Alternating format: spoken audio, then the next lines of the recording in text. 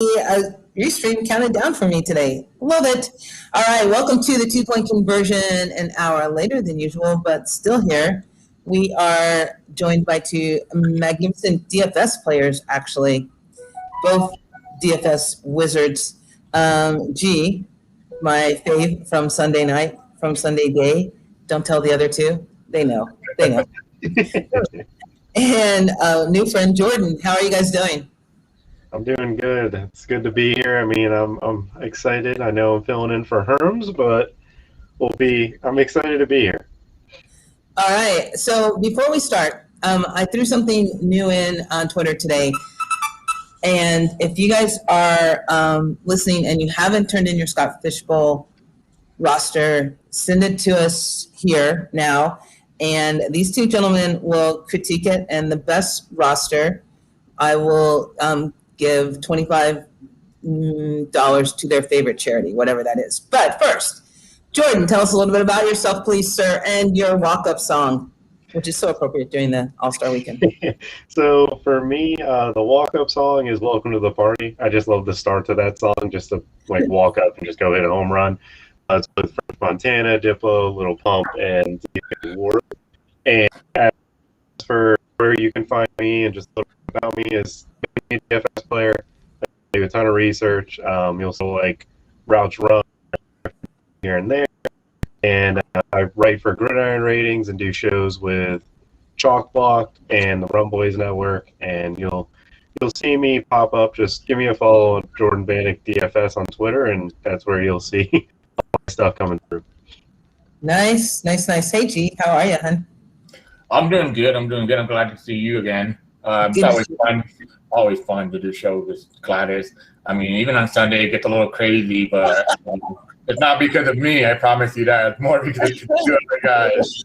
But, I come on for the last half hour to do the DFS. Well, for the first half hour to do the DFS breakdown. I'm pretty sure Jordan knows how hectic it gets in the last hour before lock. Like, if you don't have your stats, if you don't have your values, if you don't have the updated news, I mean, you have to be like perfection, or else you're just going to get murdered in the field. And I'm a GPP player. I don't play cash game.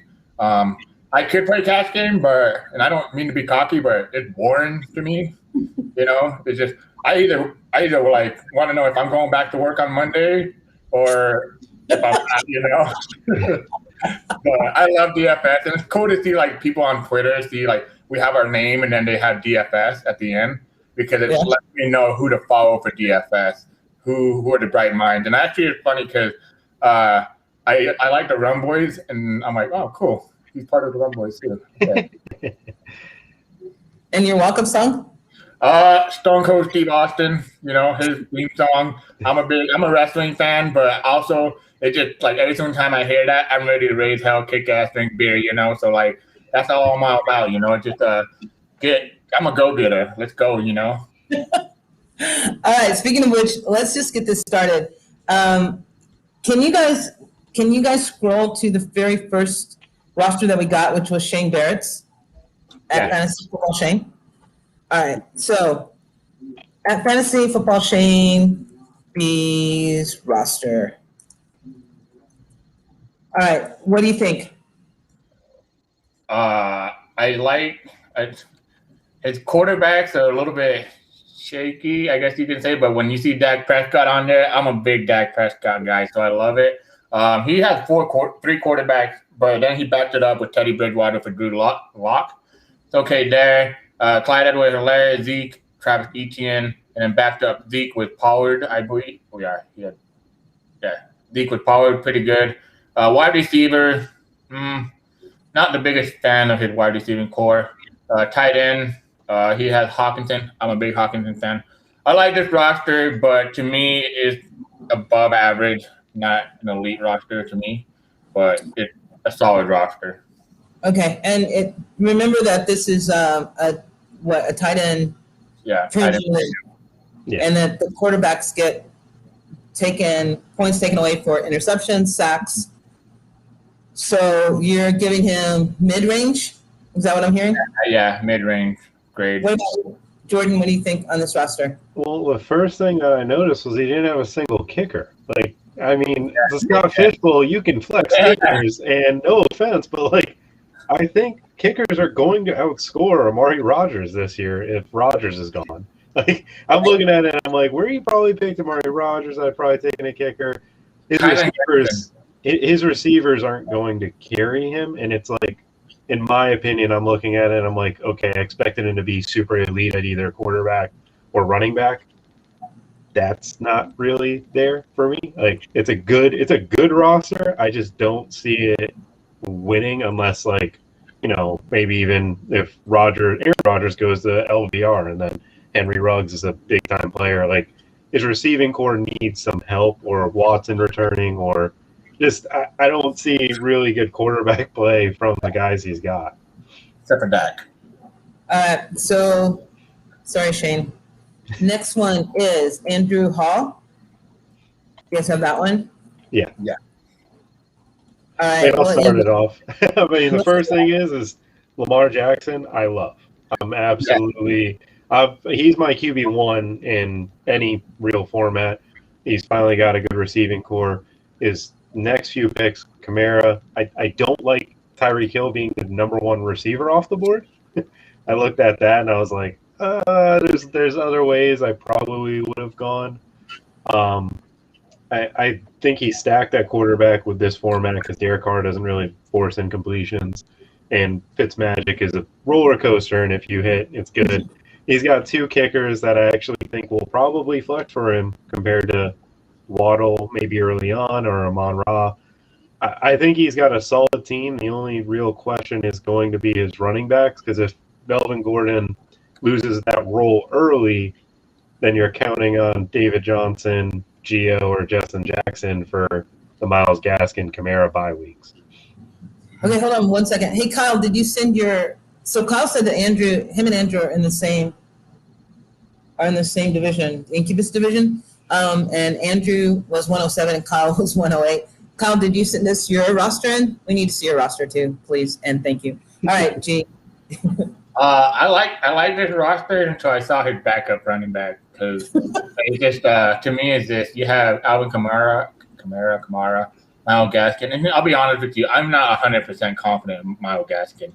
I know what he is, and they drafted Garrett Doak, and they got who's the running back they signed in the offseason to back him up, but Malcolm Brown. Yeah, Malcolm Brown. So it tells me they're not fully confident in him, But I mean, for the value you can probably get on him right now, you can probably trade for him. But this is Scott Fishbowl. You got to have solid second running back, Melvin Gordon, David Johnson are not solid right now. Javonte Williams going to take over. David Johnson, I mean, they have like 30 running backs on that roster. And then after that, Giovanni Bernard and Justin Jackson, that's not cutting it for me. And I said that to him. I mean, it's just his running back. But I do like one of his picks, which is Jacob Harris. I'm a big Jacob Harris guy. I'm trying to get him in every league, dynasty and everything, because I think if McVay is smart, which he is, he'll try to use Jacob Harris, and he already been hyping him up in a camp for a tight end. But the thing is, it's kind of hard in a format like this, but he got him in the 19th round. So it's like taking a gamble at the end. But I like this roster, but the running back is questionable to me. So right now, Andrews is the best roster, yes? Yes. Okay. Comparing the two, yeah, I'll take the one a little more. All right, now we're going with Sam Wagman. Sorry if I pronounced your name wrong. Sam Wagman's roster, which they're not finished drafting, but he's like in the 20th round or something like that. Yeah, you can almost finished. So what do we think? I think one of the things is, even with the picture that everybody's sending in, you can kind of tell how strong their team is after like 15 rounds, 13 rounds, But this is actually my favorite roster out of all of them so far. To me, he went very balanced. Like, there was not. Wait, I just exit out of his picture. Give me a second. Wait, now I gotta find it. Why did I? Go ahead, Jordan. Take over, please. Okay. So, no, his one thing I'll note, I actually recruited for UCF football. So, like, Jacob Harris, I've known since he was kind of like the freshman, just skinny, 6'5" dude. But I actually do like him in late rounds for all drafts if he can be the vertical tight end where Gerald ever used to play. And for Sam's roster, the first 3 picks with Russell Wilson, Saquon, and Tannehill, just kind of just like, okay, he's got a good core, and I want to see what else like his receivers, and he's got Keenan, Mike Evans, and Devontae Smith, which round out a very talented yet dominant target heavy. I mean, Mike Evans probably not so much, but he's playing with Tom Brady, he's fine. And then his running back groups with Dobbins, Harris, and Barkley is just good. Like Damian Harris is not the guy that I want in PPR formats necessarily, but when you're getting points for first downs, like that's what he does. If he gets 25 carries, he probably gets you 7-8 first downs, and then that's extra little bonus points for the Scott Fish Bowl. And then Wayne Gallman and Ronald Jones are 2 guys who, if people go down, they can actually take not workhorse, but roles that will contribute fantasy-wise, which is tremendous. Yeah. I agree with that. Sorry, I just pulled up his roster. His first 3 picks, I was like, wow, great, And in a Scott Fish Bowl, quarterbacks and tight ends are king. But like to me, I see this roster, and I love Noah Fant. I know a lot of people are down on him, but I think Noah Fant is very talented. I mean, this guy, he basically was touted into that draft to be the next big thing. But I think what slowed him down is his quarterback plays. But I think Teddy Bridgewater could do better. Well, they didn't have a tight end in Carolina, but Teddy Bridgewater is a check down king. But give me Noah Fant for upside. But he drafted Hayden Hurst. I didn't like that so much because I think Kyle Pitts is just going to put Hayden Hurst in the ground, But he did really well with his backup running backs. And then he had Tanyan at the top. So, I mean, he's fine there. But overall, this roster was my favorite because of what he did so balanced and so well, So far, Sam Wagmans. Yeah. Sorry, I'm really not sure how to pronounce his name. All right, next one is Eric Romoff's roster who is fantasy in NAV. You guys got that one? Pulling it up. Yes, I just got it. Yeah, I think he's also not finished, and I think he's okay. Yeah, they're in like the 18th or 19th round, so we can do it. All right, Jordan first. So with his roster, I love the Austin Eckler pick. I do like Josh Allen. The problem is for me personally, I think he's in for a regression. I don't think he's going to be as accurate as he was last year. And there was actually a stat from QB Data Mine that he had 22 interceptable balls dropped last year, which was the second most in the history of them doing it to Jameis the year that he threw 30 interceptions. And Scott Fish Bowl interceptions will kill you. And I think that it's going to be like if he regresses, it's going to be to the interception column, and that'll take away drives. And then personally, like I know how good of a Konami code quarterback Jalen Hurts is, but he's inaccurate and incompletions in Scott Fish Bowl. I don't like it. The good news is he got him as the quarterback 13, which isn't so bad. But other than that, I like his receiving core. And I actually think Gronk is his best tight end that he drafted in the 13th round. Yeah. So neither one of you guys. So we come across 2 rosters that I've noticed that had Robert Tonyan. Are you fading them because of the Aaron Rodgers situation? Yeah, pretty much. I think right now, with the hardest thing in my ranking for Dynasty and Redraft, it's like I feel like this. Like I don't know the meme, but it goes something like this. We'll see what happens. I mean, the whole Aaron Rodgers situation is just kind of weird. Like, it's like either the dude, like, he's just out there playing golf with Tom Brady and doesn't give a shit about his team, Like, I mean, Devontae Adams, I mean, he hasn't signed that extension, so, like, it's like, they talked about it, but is he, like, maybe, I hope so. I mean, Derek Carr's trying to recruit him, like, Aaron Jones, AJ Dillon, all those guys, like, I just don't know what to do with them in rankings. I'm just like, I'll play it safe and just pick the guys that I feel safe with. Yeah. With Tanya, and I just look at it and I'm like, it's crazy to think like he could literally be Ian Thomas this year or be what he was last year. And like if Aaron Rodgers leaves, I don't know if he's draftable. like as a tight end. I don't think I'm gonna do it. It's like the only reason he's draftable is because he plays with Aaron Rodgers, just like Marquez Valdez-Scantling. Like people keep drafting him in late rounds because he's playing with Aaron Rodgers. But once he can take that away, like I can't imagine him being drafted in redraft for most leagues. Yeah. So, what about the rest of his roster? I'm sorry, Gene.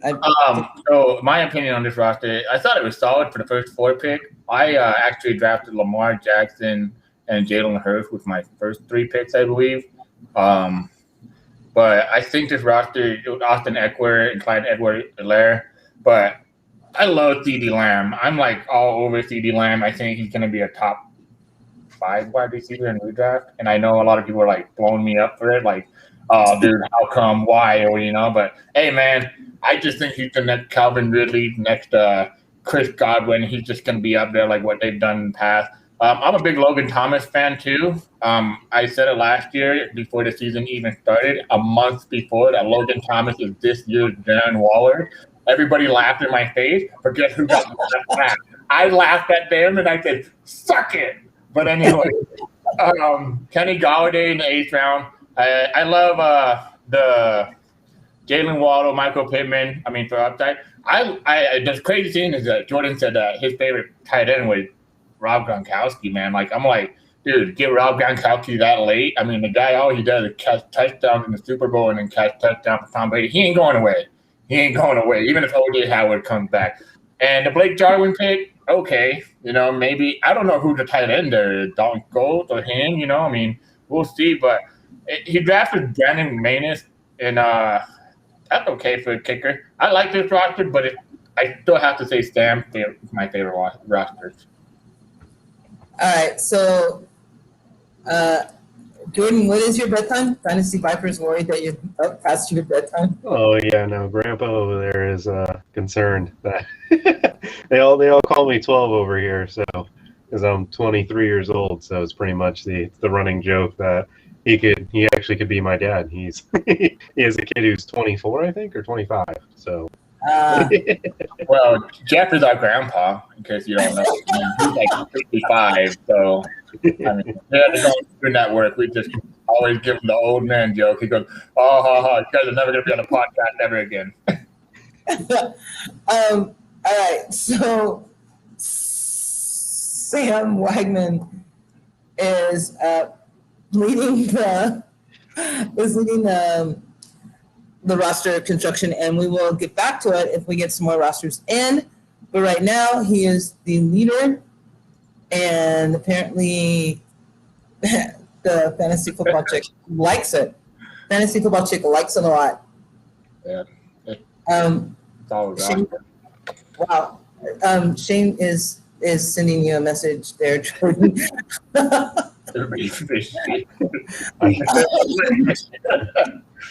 All right, let's get to a couple of the show sheet questions. Maybe you're in the wait, before we do that, you're in the satellite.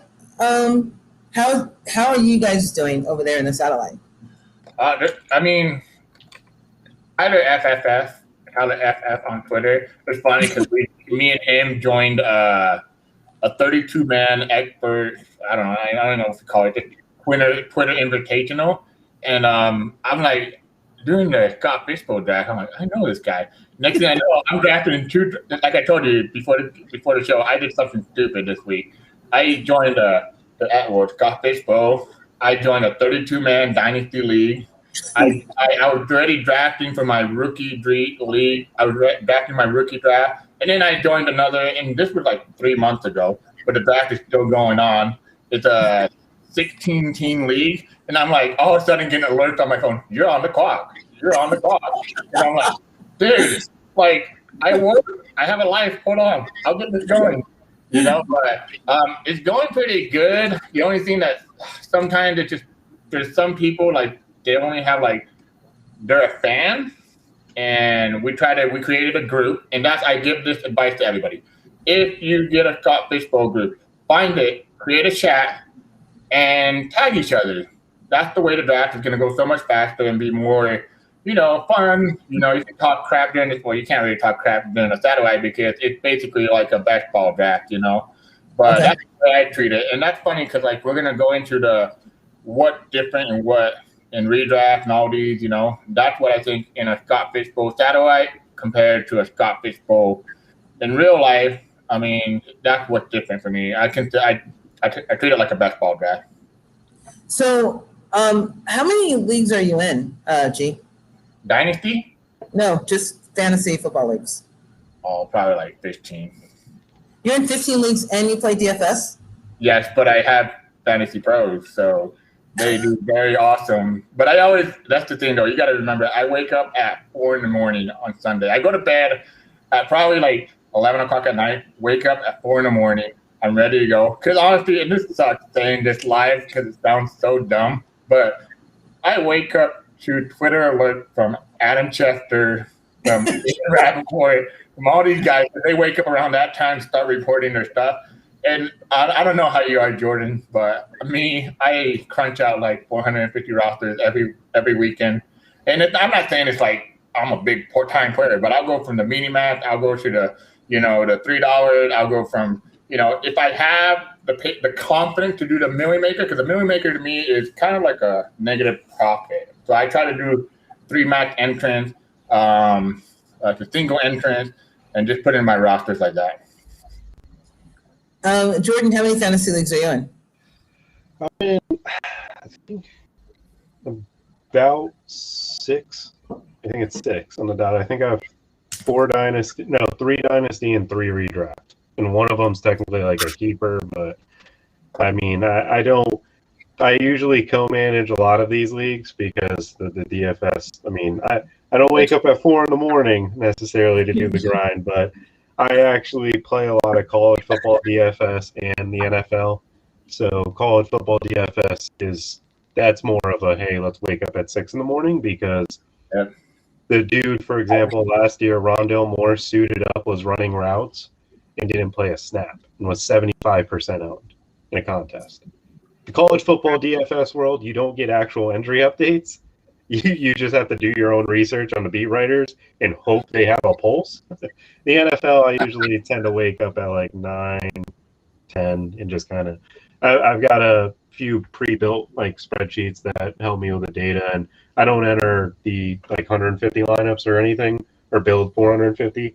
I actually stick to hand building a 3-entry max. Actually, last year, towards the end of the year, I was playing the 150 3-entry max and the $100 single entries and just playing those. And depending on how well I did.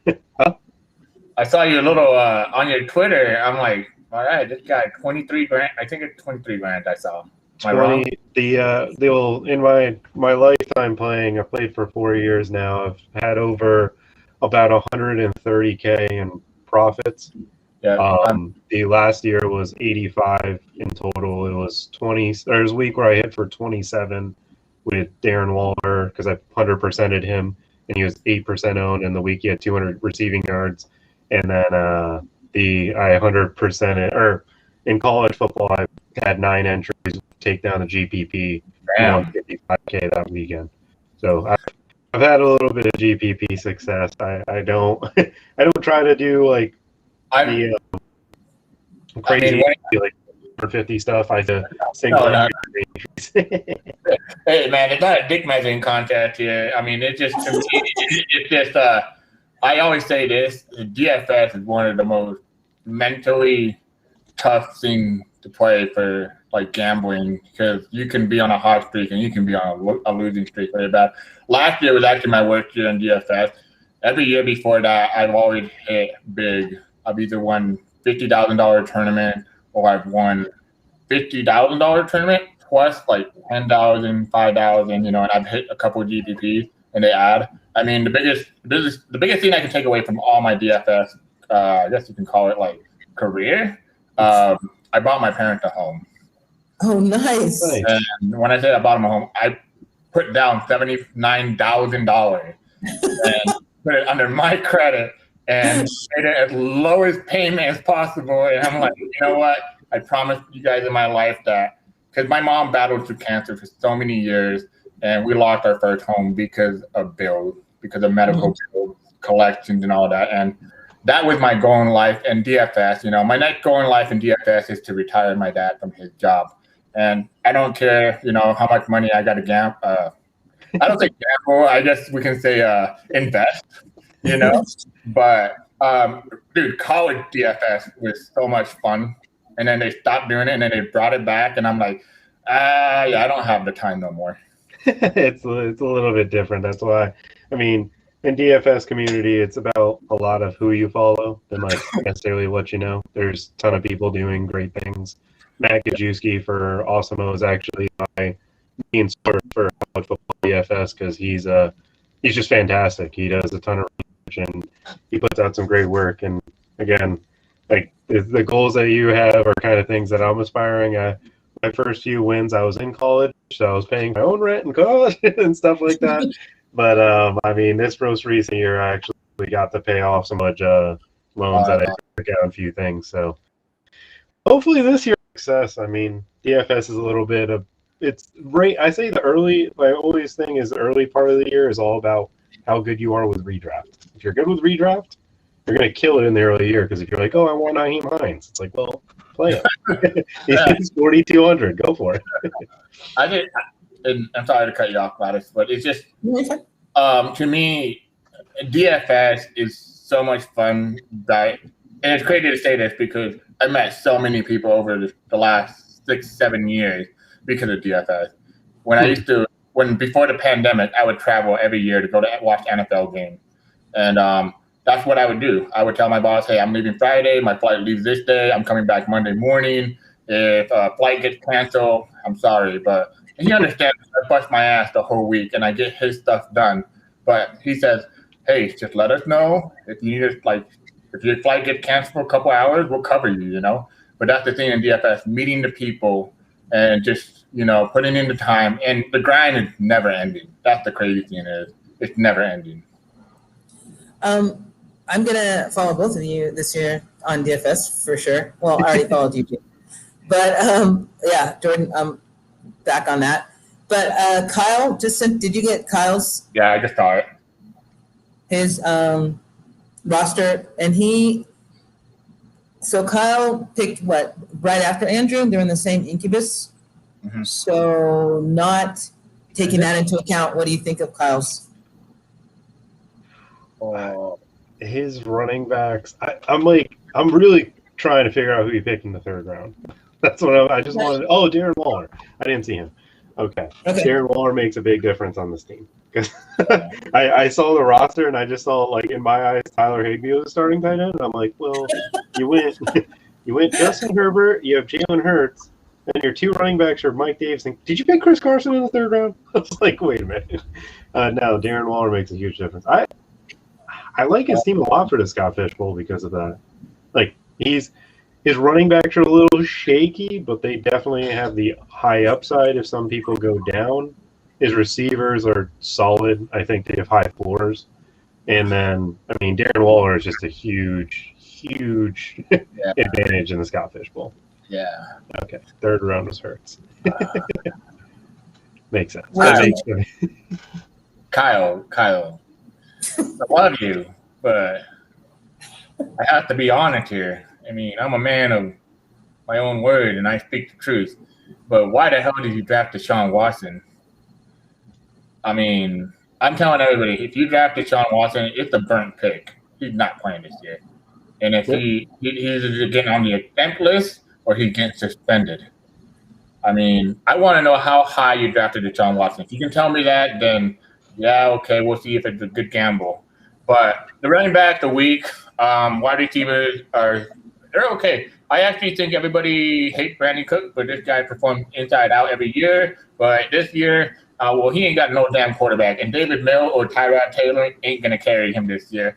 I love the Darren Waller pick. I mean, I'm a Raiders fan. I mean, I have a freaking DFS ringtone for him, a song, man, like Waller, Shot Caller, 20-inch crawler, you know, like I like legit play it every week, dude. I love that guy, dude. I like my worry here is that his running backs, man, like Singletary, Penny, Jones, Mike Davis, Kevin Coleman, Chris Carson. All these guys are like, okay, we'll see. Chris Carson is my favorite running back out of those guys, of course. But, I mean, it's solid. Like Jordan says, it is Darren Waller. I mean, this guy gets you 350 points, almost like a quarterback, you know.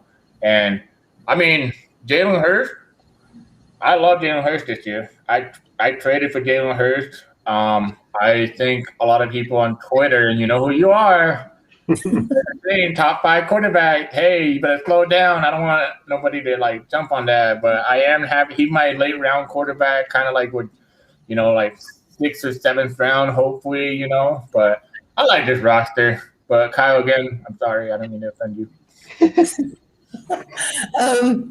This is his answer to your question. The pure upside shot, if he plays great. If not, he got him in the 8th round. Deshaun Watson, you picked Deshaun Watson in the 8th round? No.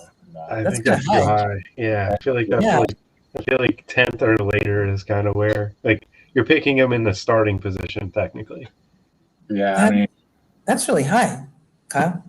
I'm surprised that he picked him in the 8th round. Maybe he's talking about somebody else. Hopefully he's talking about somebody else. I hope he just sent us the wrong roster.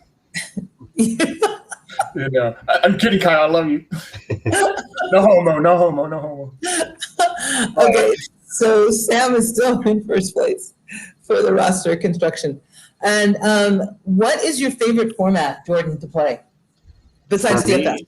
Oh, I mean, yeah, I figured you meant more so the fantasy. For me, it's actually a redraft, 12-team PPR with 3 receivers. I mean, my home redraft league is just, I think it more so depends on your league.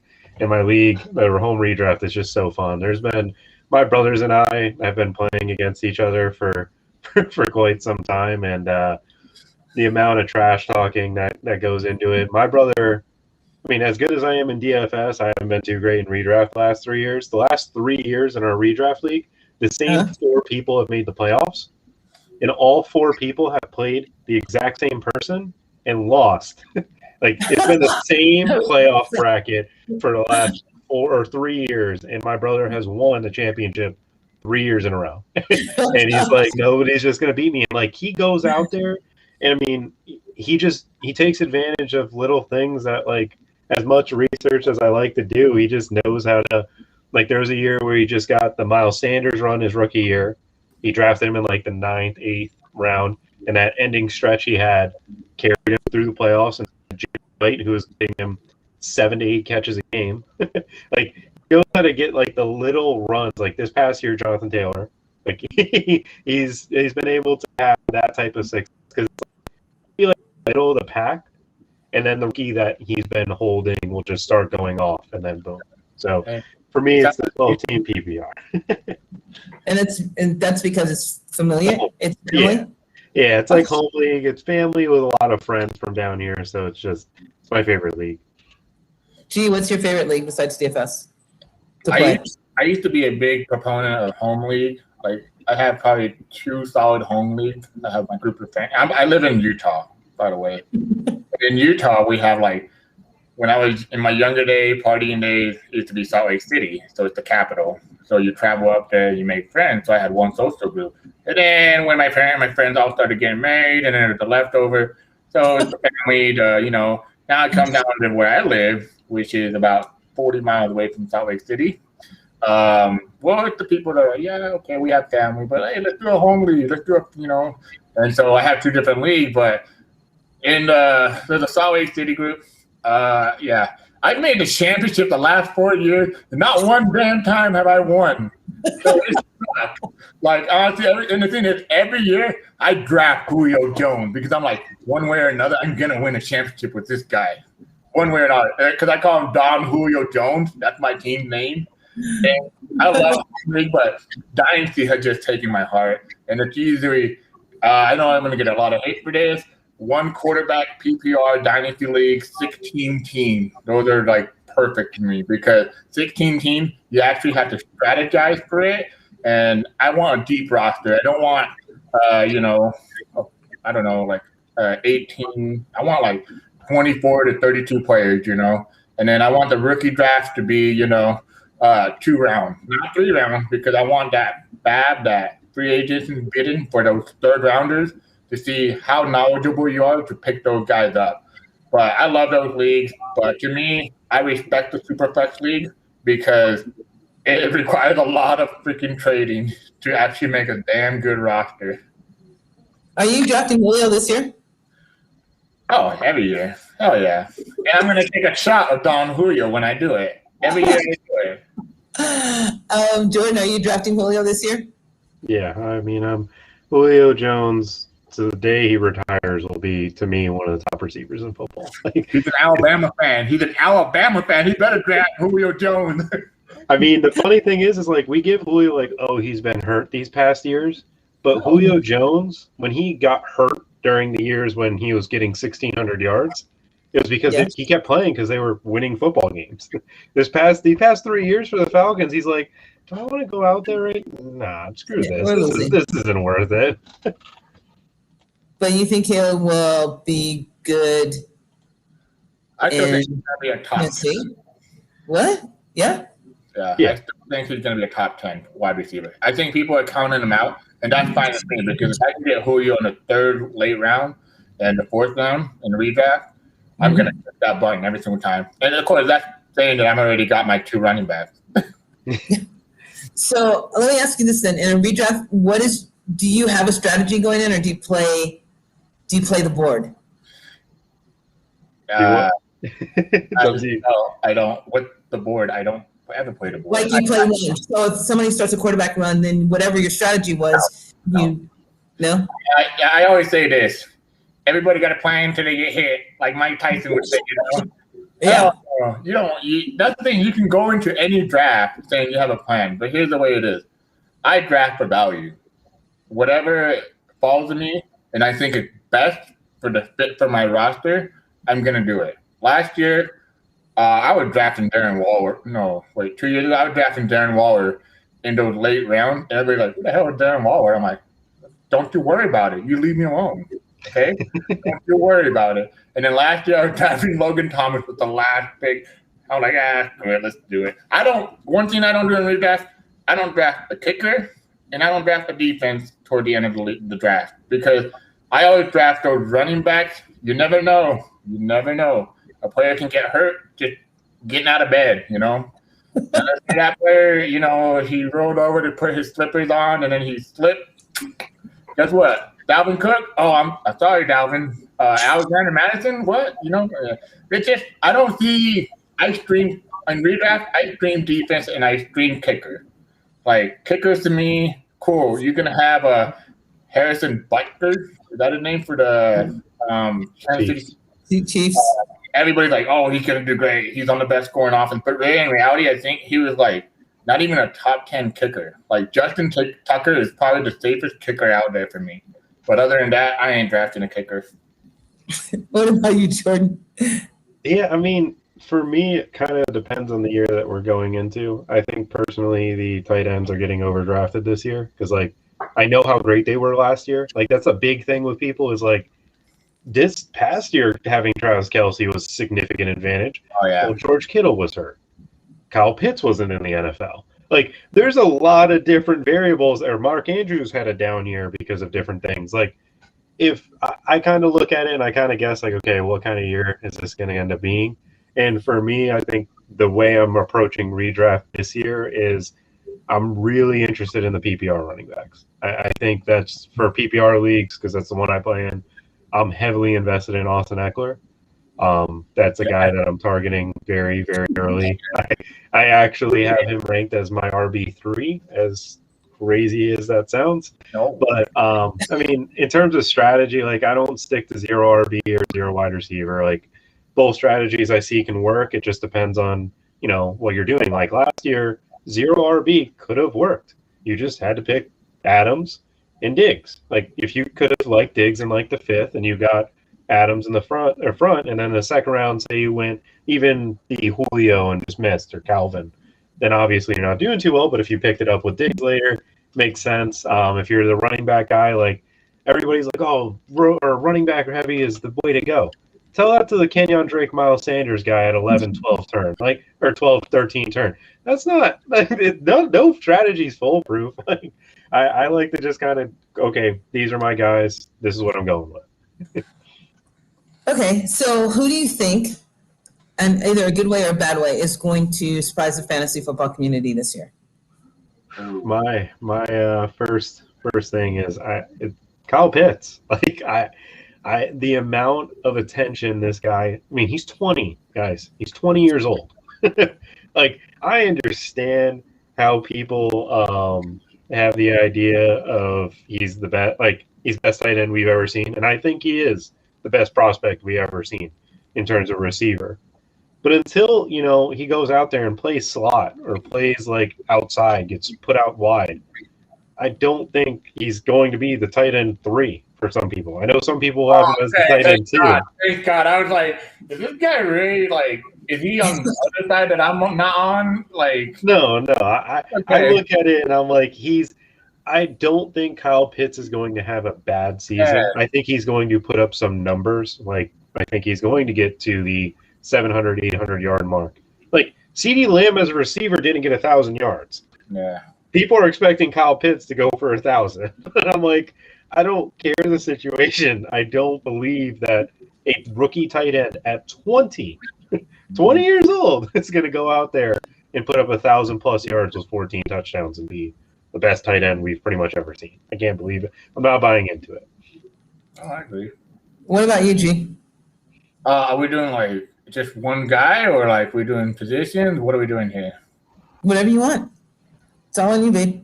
I think I have to do it. Like, CeeDee Lamb can be a top 5 wide receiver. Like, easy, too. I'm not – like, I love CeeDee Lamb this year. I think his talent is DeAndre Hopkins' talent.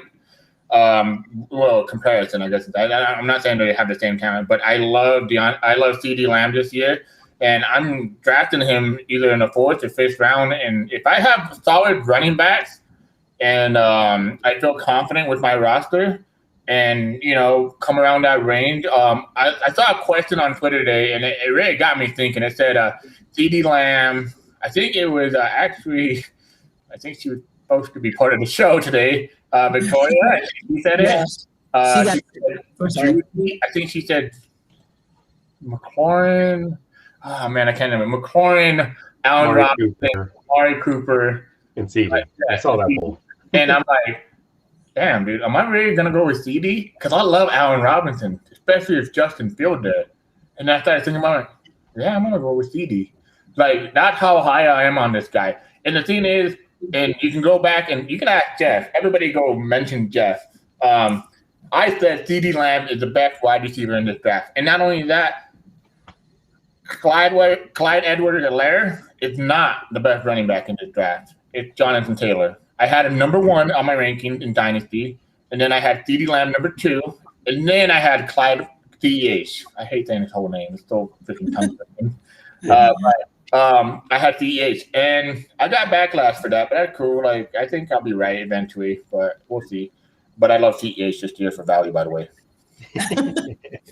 Yeah, I remember your JT love last year during the Sunday show. It was much. Hey, it made us a lot of money, huh, Jordan? It made us a lot of money. I don't think I played Jonathan Taylor when he hit one of those weeks. I don't think I did. I think I was more so playing David Montgomery, actually. I think that one got me a lot of money. I think that him and Cam Akers were the ways for me. But dude, because I felt like every single time Cam Akers went off, it was always a primetime game. So I was always just walking him in. I'm like, oh, okay, yeah, Cam Akers, hell yeah. And then people would always be like, why do you like Cam Akers? He's sharing I'm like, dude, he's the running back, trust me. Yeah, no, I mean, I made a stat that I tracked through PFF, which is opportunities, which was combined routes run and carries with penalties and stuff. And once I started to see the trend of Cam Akers, like, he got it, I think in the Cardinals game, he started getting it. And then once that game happened, I was like, okay, next week, he was like a Thursday night game. He was underpriced, and I smashed him as a captain on the single game against New England. And the only reason I actually didn't pull the optimal out was because Cooper Kupp caught the touchdown. And I still am. He had 4 touchdowns all year. And, of course, that's all that matters in DFS. Oh, I think you can. I think Jordan, like one of the person I follow is and best just shout out to him, Scott Barrett. I mean, this guy in the DFS industry just kills it. Like he's also a great fantasy football writer too. But I mean, in the DFS when he does his write up on again, shout out, we're advertising the company. Please give us a free 20% off or something. But Fantasy Points, he writes for them. And they're a great website, but you can get a lot of good information from them. But Scott Barrett, he always points out, what's that metric? Along with Graham Barfield too, but they point out opportunities, and I never looked at it the same way until they explained it to me, and I'm like, damn. And then Cam Akers came on, then Jonathan Taylor came on, and I was a big Jonathan Taylor from week one, but then I'm like, is he really going to be Trent Richardson 2.0, like everybody says on Twitter? And I'm like, no, I will stick to my guns and took off, But I mean, I think metrics matter a lot in DFS, and I don't think people take that into account. But I also I don't know if you do optimizers. Your projection into your optimizers matters so much, and the way you construct your rules and structure to your DFS roster matters too. So do you guys have a preference on a DFS site? Is one site considered better than another? No. It's all about what you do. I mean, I prefer PPR, and I don't mind the bonuses with DraftKings, so my work is mainly there. I don't really like half point as much. I'm just not a half point. I don't think like football, because I look at half point, I'm like, touchdowns just are king. And with DraftKings, like you can get away with a guy who just doesn't get the touchdown, which is what I prefer. I just look at it that way. That's just. I think I look at it, whatever one's going to make me more money in the tournament that rates more on money is definitely DraftKings. I mean, those guys, their prizes. I mean, I think the difference last year, because I was doing the 3 single entrants and I was doing like $100. I think $150, right, Jordan? For what? Oh man, the NFL. I can't remember. Is it a 3-entry max? Yeah, 3-entry max. Yeah, it was $150 per lineup, $100K to first, and it was like some 2,000 or 4,000 people or something like that. Yeah. So I would do those tournaments, and then on FanDuel, I'm like, what? Screw that! I'm not doing that. I'm going back to that, And I'm like, yeah, but the thing is, like, I think one of the biggest underrated thing is bankroll management. You don't want to go broke in 1 week. You don't want to be that guy gonna go to your wife and be like, "Hey, we didn't take an equity loan at this house." Yeah, But it's just, to me, DraftKings all the way. By the way, DraftKings, if you're listening, me and Jordan would appreciate like 100 million crowns. We'll take that. But no, DraftKings for me, and it's more just the better tournament selection. It's not really just what better rule they're setting, because I can adjust my projection to that. But the thing is, to me, it's just the rate is better over there. Yeah. So, and this is the same as the redraft question. What is the one DFS strategy that you would impart on someone who isn't winning big like you guys are, but is starting to play? Besides the bankroll management, I get that. I don't really understand it, but I understand what you're saying. I mean, for me personally, it's like contest selection is essential. If you think about it like the lottery, if you bought one ticket to the lottery while someone can buy 150 tickets, do you have better odds? And no, you don't. I think for someone just getting into it, I heavily suggest single entries, and I suggest getting your feet wet with following different people and kind of learning the content, how to research. For me personally, like I take projections from different sites and then I run it through an optimizer that I've built on one of the spreadsheets I have and kind of adjust the lineups accordingly. Like the week Darren Waller projected 20 or for me, I projected him for 24 points and the next tight end was 11. So like it benefited me. So like, I mean, the different sites, different people offer different things. This year, people follow whatever.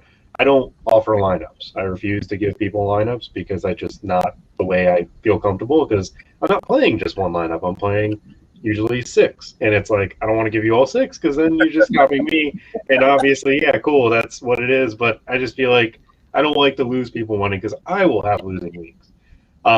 So for me and my content this year, I actually have come up with a term, dream pool. No, yeah, dream pool, which is just my version of a player pool. And it's going to be just different guys and you can mix and match. Like last year, I was doing it for some friends and one of my buddies hit a $2 or a $5 single entry for $350 in like a small tournament. Oh, and yeah. His point total in my tournament would have won. He had a better lineup than me by like 40 points because he played a Kyler D-Hop stack that I had projected well. I just didn't play it because that's just the way I didn't go that way. And he's like, yo, dude, I had a great week. And he sent me a screenshot. I'm like, oh, dude, if you would have played it here, you would have won 100K. And he's like, if you ever send me that again, I swear to God. And I'm like, don't worry, dude. Next year you'll get it. You just got to build it up. We call it the what if, huh? Yeah. Dude, like that annoys the shit out of me because like if I had a life, if I could play the what if scenario, no offense, guys, Gladys, I love you, Jordan, good meeting you, but I wouldn't be on this show right now. Yeah, I would be somewhere in the ocean with a hot ass babe and on me with a really tomahawk steak, you know. I'd be like, yo, you know what? I don't need one hot girl. I need 3 hot girls. Like, come on, let's go. Let's do it. You know what? Give me a beer too while I'm at it. You know, like that's the what if game. But I think if there's one advice I could give people, besides tuning in on Friday night to going to the show, the On-Chat Fantasy Show with Tim Strobo. I think I pronounced his last name wrong, by the way. He never knows that, but I never said it. But and my grandpa Jeff Lambert. And just tune in, and maybe one week Jordan would be cool enough to.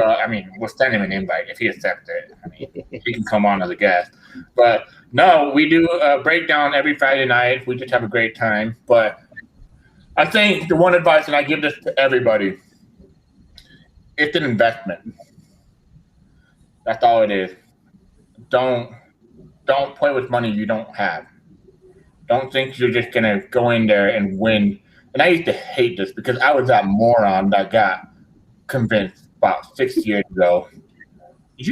Are you ready to win some money on DraftKings.com? Can you make a roster with, I think it was like, I don't know, Tom Brady, Rob Gronkowski, Antonio Brown, and Todd Gurley, and David Johnson? Go ahead. Sign up for DraftKings.com. We'll give you a 20% bonus. And I'm like, oh, cool. I'm smart at fantasy football. I can do this. Next thing you know, you go in there, you're like, true story, by the way. In the first 3 months when I played DFS, because I didn't know what the hell I was doing, I lost $3,000. Oh my God. Luckily, that was credit cards when I was an idiot. But guess what? Then I went to Google. I went to Google.com. How the hell do I win at DFS? I didn't say hell, but I said, how do I win at DFS?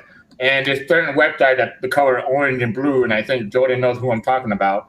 Oh yeah, well guess what? I found out they are the ESPN of DFS, and I was like, oh wow, there's projection, there's DFS. Don't bet money you can't lose. And I say this from a personal thing because it can be mentally frustrating and it can be mentally depressing. One of the biggest players in the industry, and Jordan can say this, his name is Condia. I don't even know what that is. So that's how back I go. This guy was dominating the industry. When I say dominating, he was the first Osimo in the industry. He was dominating the industry, and he had a podcast with, I believe, and we were talking about some of the people in the industry. Adam Levitan, over at, I think the website is, remind me, I kind of forgot, because I don't, But anything, just Google Adam Levitan, I guarantee you can find him. He had a podcast with them, and he talked about how mentally draining it was. And sometimes I understand his point, because DFS is not for everybody. And that's what I think people don't take into account. Don't invest money. I call DFS an investment. I always tell people, If you have money you can invest, cool. I'll give you my strategies. I'll give you my tip. I'll give you my tools. I'll give you everything you want. But if you can't, please don't think this is a get rich scheme. It's not. That's really cool because I think a lot of people do think that because the commercials are so inviting. All right, to do a completely different take, Jordan, top 3 Beyonce songs. You know, I am a basic person here because I don't listen to Beyonce on the regular. I'm sorry. I'm not saying she is beautiful voice, but the top 3 for me are Halo, Okay. Single Ladies, and Formation. I know how basic that sounds. I'm not the biggest Beyonce person. Wow. I have to admit, she is great. She's one of the best. Like, she's one of the best ever to do it. She has made a lot of money doing it. Yes, she has. And I appreciate her music. I just don't listen to it as often. I'm sorry. I hope the Beehive isn't listening. Top 3 Beyonce songs. I used to have a group of friends. We'll call them lady friends. They love the Queen. They used to be like, "Oh my God, the Queen!" And I used to be like, "Are we talking about the Queen in England?" Who? What? Like, it's Beyonce. And I'm like, okay, cool. And then we used to play this "Crazy in Love" song with Jay-Z or whatever, and I'm like, oh, that sounds cool. Single Lady, put a ring on it. I thought that was a great song. And Halo, that's a good song too. Those are my top 3. But to be honest, like I said, I'm a man. Like, I don't listen to a lot of girls' music, but I love talented artists. So Beyonce's definitely up there, dude. Like, Beyonce, she's the queen, like they say, you know. And the thing I love about Beyonce, and guys, maybe you can say this, but she helps out other artists. She helps out other artists to get success because she knows she came from Destiny Child it was? Yep. And she came from there, and she definitely didn't help Kelly Rowland because nobody remembers her. But I don't even remember the 3rd one or the 4th one. I don't even remember it. Whatever it was, but yeah, but I guarantee you she took care of them. All right. Now, this is my favorite part. Jordan, I will let you go first. This is the rant section. You can rant about anything you want, whether it's good or bad, just to get off your chest and make you feel better.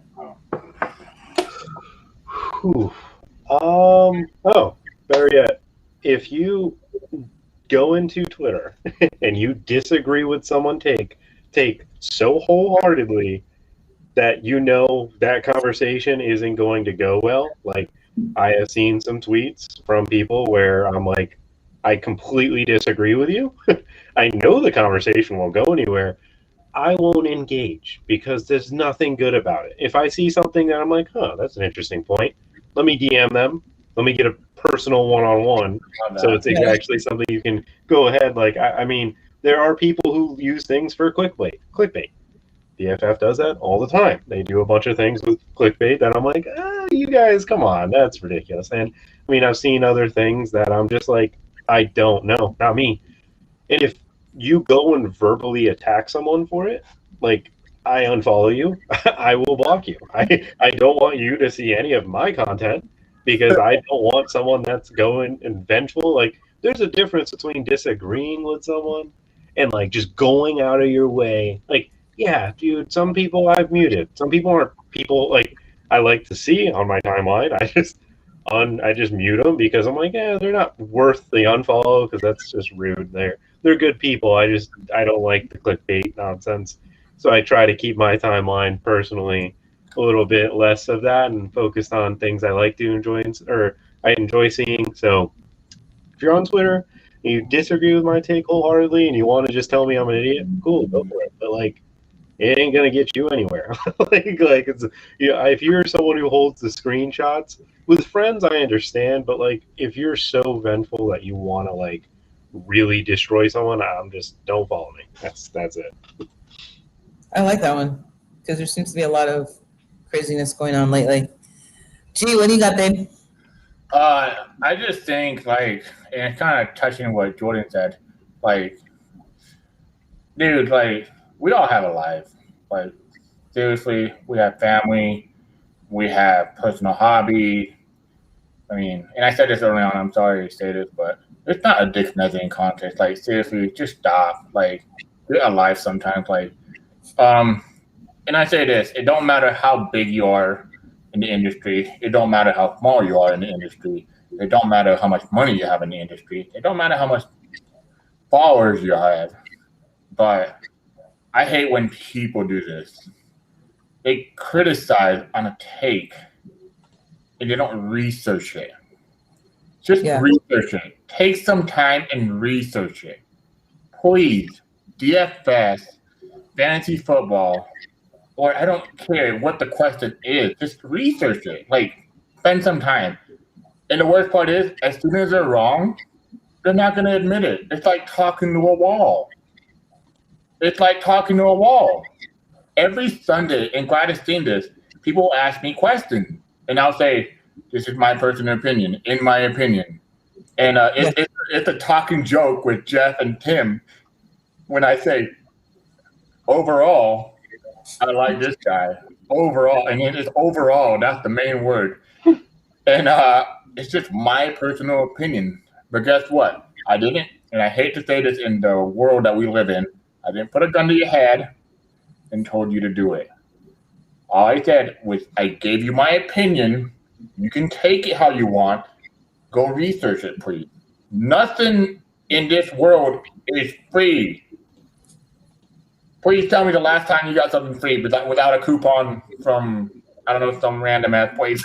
But it's just stop. Just stop the hatred. Like, people can be wrong. That's what I hate the most. Like, seriously, like, in DFS, to me, I get people messaging me all the time. You think I should play this player? I'm like, yes. And this is my reason. And then they'll come back with the classic, yeah, but I like DeAndre Swift this week because he's going to get the volume. I'm like, and you just said your answer. What do you want me to do? Like, I'm not gonna argue with you. I have rosters to make. Like, I gave you my opinion. That's it. But, like, don't go on social media. And one of the worst things is, like, professional basketball players, football players, baseball players. Do you really think it's not mentally draining? Do you really think LeBron James, the reason why he goes 0-30 in the playoff wasn't because it was pissing him off and he's mentally draining? There's a reason why Michael Jordan retired in those days, because he knew he was going to get backlash. And social media didn't exist back then. Can you imagine if it existed? I love Michael Jordan. But the thing is, we live in a world where hatred is so strong. How about we turn it positive? Like, let's say, hey, Jordan, you know what? I messed up. You were right. I'm sorry. But guess what? Nobody had the balls to say that no more. Which is a shame. All right. I appreciate both of you very much. Jordan, thank you for jumping in the last minute. That was, like, awesome. Jordan, cheers to you, man. Cheers. Cheers. I got a water bottle, so. Hey, I drink water. So, Jordan, tell people, and Eric, this is for you especially. Jordan, tell people where they can find you to get your content when the season starts for DFS and Austin, too. So Jordan Vanek DFS is the Twitter, and Gridiron Ratings is where you'll see I'll be coming out with 2 articles, and we're working on a show for Sunday. And then Chalk Block with Bo and Scott Simpson will be one of the DFS shows, and Rumboys Network at some point on one of their shows.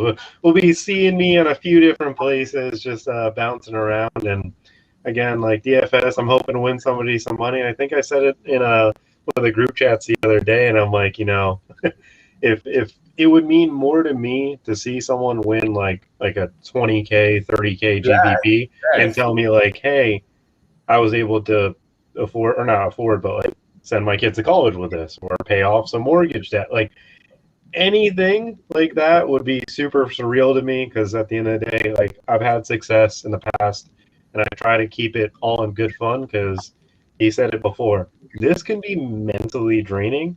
And when I get to that point, I take 2 weeks off. I'm like, all right, I'm not winning. I'm not doing something right. Let me go back to the drawing board. it's not worth it to keep beating yourself up on. But appreciate you having me on. I know not Herms. Herms is a little funnier. He's got a little comedic voice. I love that dude. But I appreciate you having me. We appreciate you so much. G, where can people find you besides and in addition to the Friday night show? So I have 2 shows I'm doing a week. It's the fantasy armchair show for DFS is on Friday, and we do it at Jeffrey's gonna hate me because I think it's at 7:30 Mountain Time. But yeah, 7:30 Mountain Time, and then we do the show early. I think it's 9 o'clock Mountain Time for me because I show up 30 minutes for the first 30 minutes on Sunday with Hamid and Jared, Ricky something, and then Gladys, of course, our host. She's awesome. Like, honestly, I don't know how she puts up with so much of her shit. But no, man, like Jordan, I'm excited to follow you, man. Honestly, it's hard to follow a good follower, but like I think if you follow successful people, sometimes you surround yourself with them, you'll be successful. But sometimes it's just you pick their brain. That's what matters, you know. But do you have a show every week at all? I mean, right now I've been doing it with Chalk Block with Bill and Scott. Personally, I think I think with Gridiron Ratings with wait. Scott Simpson and Bo McBig Time. Yeah. We've been doing it for a little bit. It's a little late in the night, I will say, for someone on the East Coast. We're doing it at 11, but that's right now the current show sheet that I've got. I'm working on finalizing it. This is my first year in the content side of it, so we shall see where that one goes. Shout out to Scott. This guy is awesome. Like, honestly, what he does for his family, his daughter, is beautiful. Like, honestly, I follow this guy donated to, it's leukemia, right? Or London.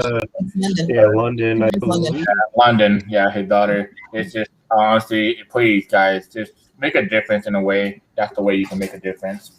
Yeah. Do shout out to London, though, because she's my hero. But I couldn't even imagine going through half the shit she's going through, that she's gone through, I'll admit it, I'm a big baby. I don't care. Who knows it? I cry. At Marvel. I cry at Marvel movies. Whatever. All right. Anyway, so I want to thank everyone who's watching. I want to thank Sam Wagman, however you pronounce your name, for winning the Scott Fishbowl roster. Send me a link to your favorite charity, and I will send the money to them in your name. We appreciate all of you. Kyle, we appreciate you so much for all your... I know, right? Kyle, always. Jordan, thank you again for jumping in. You are a true gentleman. G, I love you so much. I love you too. So much. Hey, I'm going to hit you up. You better be ready. Best value of the week, best stack. I don't play cash game. You don't got to worry about that. I don't play cash either. Mama. So you guys are playing DFS. Eric Johnson, this is for you. Hit these 2 guys up. Arizona started DFS, and you can play now. And everyone, thank you so much. We will see you. I will see you in 2 weeks. Next week is Kyle's show. He will see you. G will see you on his show. Jordan will see you with Scott. Thank you, guys. Bye.